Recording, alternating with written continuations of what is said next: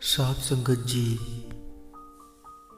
श्री गुरु अर्जन देव जी महाराज जी ने सोडी माधो दास को कश्मीर में भेजा था। उसने वहां जाकर सिक्खी का बहुत प्रचार किया।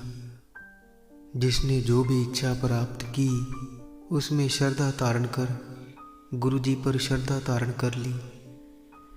गुरु जी के चरण धोकर उनकी सेवा की और सिक्खी की महान महिमा देखी।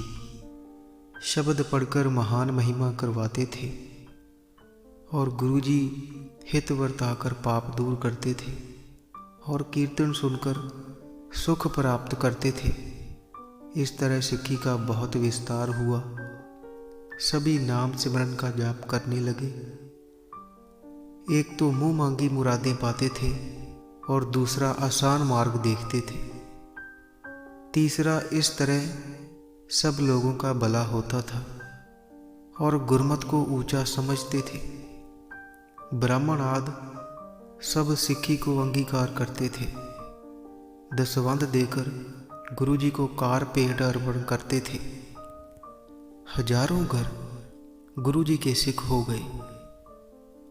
वह देवतों की तरह हो गए। वहां पर एक सेवादास नामी ब्राह्मण रहता था। उसका सिक्खी में महान सिदक था। बहुत बार कड़ा प्रसाद करवाता था और संगत का भारी मेल इकट्ठा करता था। गुरु जी का शब्द पढ़ता और सुनता था और सत्संग करता था। जब उसकी माता ने पुत्र को ऐसा करते हुए देखा तो उसके अंदर महान प्रेम प्रकट हो गया। जहां पर भी संगत की पंगत लगती थी, खबर सुनकर तुरंत वहां पर पहुंच जाती थी। सतगुरु जी के गुणों के बारे में सुनती थी कि गुरु जी सेवक का केवल प्रेम ही देखते हैं। धन आदि जो और वस्तुएं हैं उनको सुख दाते मन में नहीं मानते हैं। जो भी श्रद्धा कर भावना धारण करे उस सेवक के दिल के प्रेम को पहचान लेते हैं। वह अपने पुत्र को पूछती रहती थी कि उनका कैसा स्वभाव है। हे सेवक दास, ये मुझे बताओ। वह बहुत दूर बसते हैं, कैसे दर्शन देंगे? वह दासों के प्रेम को कैसे जानेंगे? वह दासों का प्रेम जानते हैं या नहीं? दर्शनों के बिना मेरी तृप्ति नहीं हो रही। जब मिलेंगे फिर संशय नहीं रहेंगे। तीनों लोगों के मालिक का स्वभाव है कि दासों के साथ हर जगह जाते हैं। उनके कितने गुण गिने जाएं। भक्तों के कार्य वह फिर कर करते हैं। सतगुरु जी इस प्रभु के अवतार हैं। अपने सिखों के कार्य सुधारने वाले हैं। श्री गुरु नानक देव जी गुरु हुए हैं। वह अपने सिखों का प्रेम देखकर मिलने के लिए गए थे। सब जगह से साफ फरमान सुनने को मिलता है। संगला दीप भी गए थे। जब राजे का प्रेम देखा तो उसके डेरे में पहुंचकर उसको निहाल किया। मैं भी उसी तरह सतगुरु को याद करती हूँ। दर्शनों के लिए अंदर प्रेम धारण किया है। जब सेवादास पुत्र ने कानों से सुना और कहा कि अगर हमारे महान बाग हैं, जब भी वह हमारे अंदर के प्रेम को जान जाएंगे उस दिन ही दर्शन देने के लिए पहुंच जाएंगे। इस तरह महानता को सुनते हुए उसने गुरु जी के दर्शनों की प्रीत धारण कर ली। निता प्रति गुरु जी के गुणों पर विचार करती थी। दर्शनों के लिए अपने अंदर प्रेम धारण करती थी। फिर उसने एक नया ही उपाय किया। दुर्लभ रुई बहुत बड़ी मात्रा में खरीद ली। अपने हाथों के साथ बुनकर और चुन चुन कर उसको सुधार दिया। फिर गुरु जी के गुण गाती बहुत ही बारीक सूत बनाती थी। एक समान करके वट चढ़ाती, चरखा कत कर सूत बनाती थी। फिर बड़े प्रेम के साथ सूत को अटेरती थी और दिन रात गुरु जी के दर्शनों की अभिलाषा करती थी। कि हे प्रभु, अब मैं बहुत बूढ़ी हो गई हूँ, अब मैं चलने के समर्थ नहीं हूँ। पहाड़ों का पैंडा तो बहुत लंबा पैंडा है, बहुत ऊंचा स्थान दिखाई देता है। नहीं तो मैं चलकर अमृतसर आ जाती, अपने हाथों से आपको वस्त्र पहनाती। हे मालिक, शक्तिहीन हूँ, कैसे चलूँ। हे अंतर्जामी जी, आप हर जगह व्यापक हो और सबके दिलों की जानते हो। अपने सेवक की कामना पूरी करो, मेरे प्रेम को देखकर मेरे पास आ जाओ। शास्त्र, वेद और धर्म ग्रंथों में सुना है कि आप जी का धर्म बहुत उदार है। इस प्रकार चित्त में सोचती और विचारती रहती थी और वस्त्र बनाने की कृत्य करती रहती थी। फिर जुलाहे के घर चली गई। कपड़ा बनाने के लिए उसको सूत दिया और उसको ज़्यादा मजदूरी देकर मुख से मीठे वचन किए। अत नरम कपड़ा बनाने का मेरा कार्य है, अगर आप इसे अच्छा बना दोगे तो आपका बड़ा उपकार होवेगा। बहुत बार कहकर बहुत सुंदर कपड़ा बनवाया और फिर बहुत मेहनत देकर कपड़े को धुलवाया। घर में एक स्थान को अच्छी तरह साफ किया और अपने अंदर गुरुजी को तारण कर कल्पना की। दिया जलाकर वहाँ पर वह सुगंधित फूल अर्पण किया करती थी, घी का दिया जलाती थी और चंदन छिड़क कर उसकी महक का छिड़काव करती थी। वहाँ पर एक चौकी बनाई गई, पवित्र कर कर नई बनाई गई। उसके ऊपर एक सुंदर वस्त्र सुधार कर बिछाया गया और सुंदर फूल उसके ऊपर खिलारे गए। सतगुरु वांग वंदना कर कर उसकी पूजा करती थी। दिन ब दिन बहुत श्रद्धा बढ़ती जाती थी। सामने खड़ी होकर बेनती करती थी और हित तारण कर भेंट अर्पण करती थी। दोनों समय पूजा करती थी और हित में श्रद्धा धारण करती थी। हाथ जोड़कर दिल में आराधना करती थी कि हे श्री गुरु अर्जन देव जी के पुत्र श्री गुरु हरगोविंद जी, मेरी आशा पूरी करो। मुझे आप जी के चरण कमलों का ही भरोसा है। मैंने मैली स्त्री का जामा पाया है, फिर भी आपके नाम का आसरा लिया है। पुत्र समेत पाग परी दोनों श्री हरगोविंद जी को नमस्कार करते और मनुष्य सुनकर उसका मजाक उड़ाते थे और कहते थे कि हे सेवादास, तेरे माताजी ने वस्त्र बनाकर यहाँ पर रखा है कि गुरुजी अभिलाषा धारण कर हमारे नगर में आएंगे। उनका आना कैसे संभव हो सकता है? उनके साथ तो बहुत बड़ी फौज है, आने के लिए बहुत कठिन मार्ग है, बहुत दूर है, बिल्कुल भी नज़दीक नहीं है। एक श्री गुरु नानक देव जी ही सभी देशों में गए हैं, दूसरे गुरु साहिबान तो अपने देश में ही रहते रहे हैं, वे परदेशों में नहीं गए। सारी संगत उनके पास ही चलकर जाती थी। इस देश में आना मुश्किल है कि अपनी सेना समेत इस देश में आकर सतगुरु इस देश को पवित्र करे। बड़े प्रेम के साथ कपड़े बनवाए हैं, उनको गुरु जी के स्थान पर ही भेज दे। सेवादास ने भी बहुत समझाया कि हठ छोड़ दो, कपड़े वहाँ पर ही भेज दो। वह कहने लगे, बहुत लोग मुझे समझाते हैं, फिर बताओ गुरु जी का यहाँ पर आना कैसे संभव होगा। श्री गुरु नानक देव जी के बिना यहाँ पर और कोई नहीं आया। गुरु जी के साथ बहुत बड़ी सेना शोभ रही है। गुरु जी का ध्यान तारण कर सिमरन करो। जैसे हजूर को मिलकर फल प्राप्त करना है, वैसा ही फल प्राप्त करो। तो पागपरी ने जब अपने पुत्र के वचन सुने तो उनकी आंखों में प्रेम के आंसू आ गए। तो वह अपने पुत्र को कहने लगी कि हे पुत्र सुनो, मैंने अपनी सारी उम्र ऐसे ही व्यतीत कर दी है।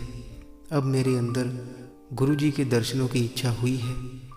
मरने से पहले मैंने गुरु जी के दर्शनों की आस लगाई है। मन में गुरु जी को तारण कर सिमरन करती हूँ। अंतर्यामी गुरु जी सब जगह व्यापक हैं, संपूर्ण शक्ति तारण कर सब जगह प्रकट होते हैं और अपने सिखों के दुख दूर करते हैं। उनका आना मुश्किल नहीं और कोई ऐसा स्थान नहीं जहाँ पर वह चलकर नहीं जा सकते। मन में ऐसा तर्क करने से निश्चय हृदय में टिकता नहीं है। वह जब मेरी हालत देखेंगे तो उसी समय गरीबों की सहायता करने वाले अपने धर्म को संभाल लेंगे। वह क्षण में आकर दर्शन दे जाएंगे और मेरे हाथों से वस्त्र पहनेंगे। एक बिलनी हरि की भक्त थी, वह भी श्रद्धा धार कर इंतजार करती रही, बेरी के फल इकट्ठे करती रही। मुझे प्रभु जहाँ आकर मिलेंगे ऐसा शास्त्रों में कहा गया है। मैं उनकी तरह इंतज़ार कर रही हूँ। वह मेरे श्रेष्ठ प्रेम को देखेंगे और मुझे दर्शन देंगे। वह निश्चित रूप से आएंगे और मुझसे मिलेंगे। मुझे पूरा विश्वास है, मुझे पूरी आस है। मैं जीते जी आस नहीं छोड़ सकती, नहीं तो मर कर मिल जाऊंगी। मैं अपनी प्रतिज्ञा कभी नहीं छोड़ सकती। उधर श्री गुरु हरगोविंद जी ने पागपरी के बारे में सारी बात अपने अंदर जान ली और कहा कि दिन रात मेरा इंतज़ार करती है और मन में सुख नहीं है। पहाड़ी देश का रास्ता है। मेरी सिखणी रोज़ मेरे दर्शनों की चाहत रखती है। पहाड़ों में बहुत सिख रहते हैं जो मेरे दर्शन करना चाहते हैं, मेरे पास आना चाहते हैं। मैं उन सभी की आशाओं को पूरा करता हूँ जो हमेशा मेरे भरोसे पर रहते हैं। वृद्ध पागपुरी ने कपड़ा बुनकर रखा है और उसके अंदर मुझे वस्त्र पहनाने की अभिलाषा है। वह बहुत कम खाती पीती है और दिन रात सिमरन करती रहती है। अब उसका अंत समय भी आ गया है। मेरे दर्शन करने की नित्य रुचि रखती है। श्री गुरु हरगोविंद जी जो कुल चंद्रमा हैं, उन्होंने कहा कि हमें जल्दी से जल्दी चलना चाहिए और माता गंगा जी को नमस्कार करना चाहिए। तो सतगुरु ने अपनी सेना को साथ लिया और सभी का सम्मान किया और सेवकों को अपने साथ लेकर चल पड़े जो सिख पहाड़ों के वासी थे। जब उनको श्री गुरु हरगोविंद जी के आने का पता लगा तो वह सुंदर पेंटे लेकर आए और गुरु जी के दर्शन कर प्रसन्न हो रहे थे। खाने वाले उचित और स्वादिष्ट फल लेकर आते थे और रस वाले फलों को गुरु जी के लिए लेकर आते थे। इस तरह गुरु जी चलते चलते विशाल नगर के पास वहाँ पर पहुँचे। गुरु जी ने श्रीनगर शहर में प्रवेश किया और सतगुरु उस दरवाजे में दाखिल हुए जिस घर में उनके सेवक का घर था। और सतगुरु उस स्त्री की आस पूरी करने के लिए वहाँ पर जा पहुँचे। उस घर के दरवाजे के बाहर जाकर खड़े हो गए जहाँ पर उनका हितकारी सिख सेवादास था। तो घोड़ों की खड़क सुनकर सेवादास घर के दरवाजे के बाहर आ गया। तो जब उसने अपने सामने श्री गुरु हरगोविंद जी को खड़े देखा जिन्होंने हाथ में बड़ा नेजा पकड़ा हुआ था, तो उसने गुरु जी के चरणों पर प्रणाम किया और आनंद पूर्वक हो उठा और कहने लगा कि आज मेरी दर्शनों की प्यास पूरी हो गई है। अंदर आपके दर्शनों की बहुत प्यास लगी हुई थी। तो उसने गुरु जी को अपने साथ लिया और अपने घर के अंदर चला गया। उसने सुंदर पलंग निकाला और सतगुरु को वहाँ पर बैठाया और अपनी माता को खुशी की खबर सुनाई और कहा कि हे बड़े भागों वाली, जिनकी तू उड़ीक कर रही थी, जिनके दर्शनों की तेरे अंदर प्यास लगी थी, वह तेरे पास चलकर आ गए हैं। उनका नाम सिखों का सखा प्रगट है और तेरा नाम पागपरी शुभ हो गया है। तो वह अपने पुत्र का हाथ पकड़कर सतगुरु के पास आई और एक सार सतगुरु को देखने लगी। वह दर्शन कर कर गदगद हो गई। उसे बोला नहीं जा रहा था, उसके बोल उसके गले में ही उलझ रहे थे। वह धीरे धीरे सतगुरु के पास गई तो उसने अपने दोनों हाथों से गुरु जी के चरण कमलों को पकड़ लिया, सिर धरती पर रखकर माथा टेका और सुंदर स्वरूप को देखने लगी। तो गुरु जी ने अपने वर्षे को नज़दीक रख दिया और विराजमान हो गए।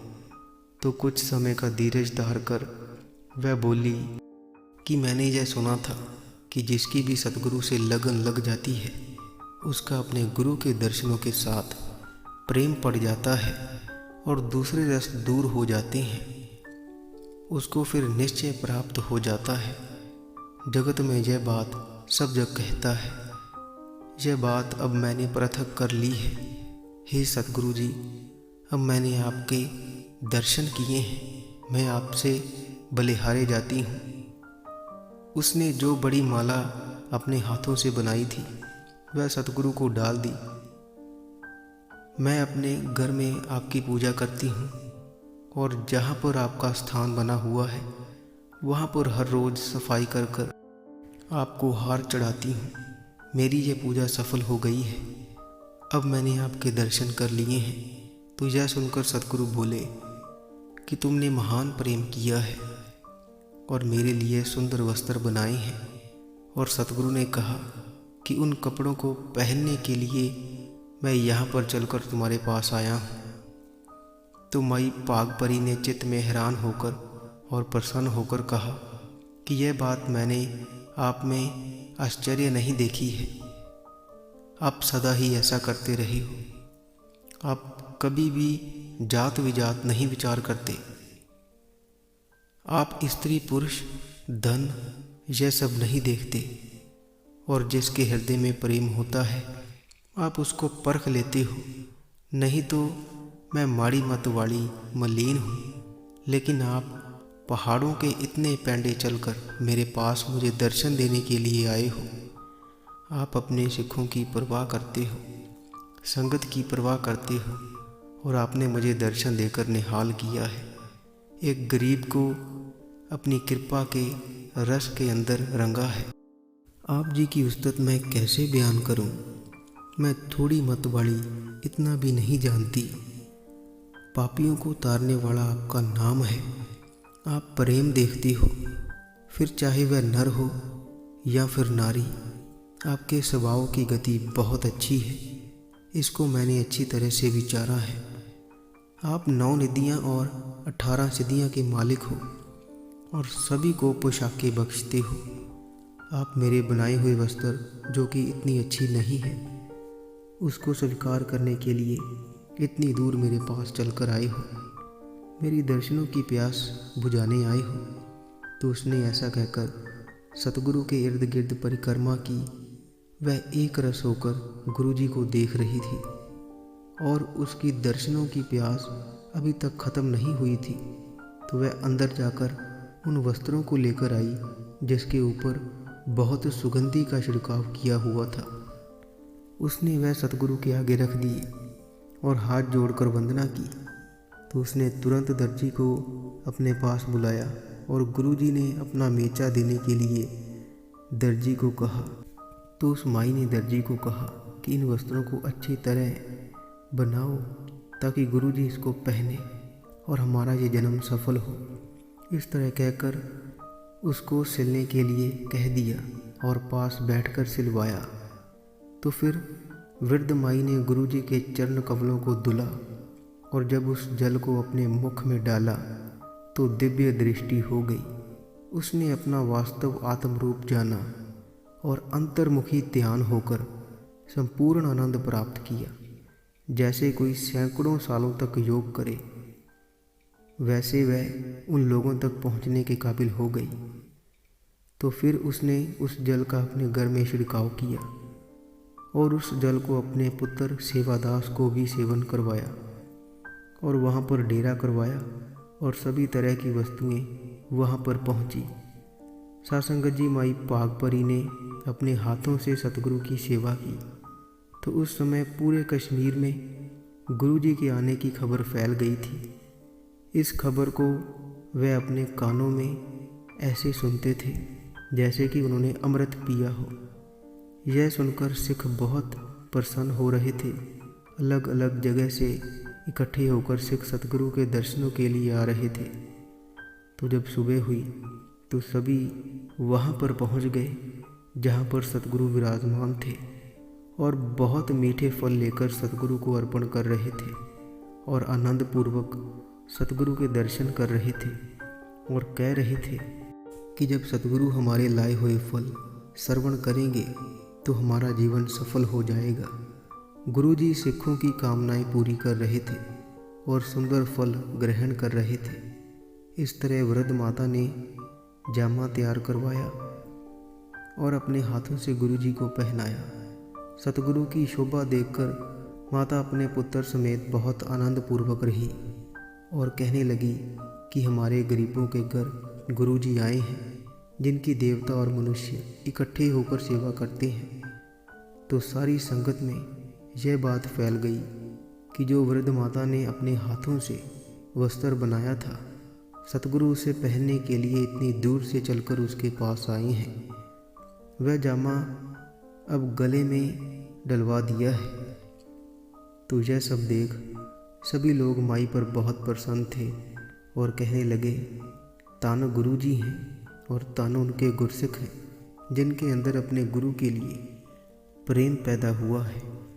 इस तरह वहाँ पर सतगुरु की बहुत कीर्ति हुई और संगत ने सतगुरु के दर्शनों का आनंद प्राप्त किया। सासंगत जी, आज के प्रसंग की यही पर समाप्ति होती है। प्रसंग सुनाते हुए अनेक भूलों की क्षमा बख्शें जी। सासंगत जी, इसी के साथ हम आपसे इजाज़त लेते हैं। कल मिलेंगे ऐसी ही एक रूहानी साखी के साथ, एक रूहानी विचार के साथ। अगर आप रोज़ाना रूहानी विचार और रूहानी साखियाँ सुनना पसंद करते हैं तो आप इस चैनल को सब्सक्राइब कर लीजिए और साथ ही बेल आइकन पर भी ज़रूर प्रेस कीजिए, ताकि हम जैसे ही नई वीडियो अपलोड करेंगे उसकी नोटिफिकेशन आप तक पहुंच जाया करेगी। अगर आप रूहानी साखियाँ पढ़ना पसंद करते हैं तो आप हमारी वेबसाइट www.santwachan.com पर जाकर पढ़ सकते हैं, जिसका लिंक वीडियो के डिस्क्रिप्शन में दिया हुआ है।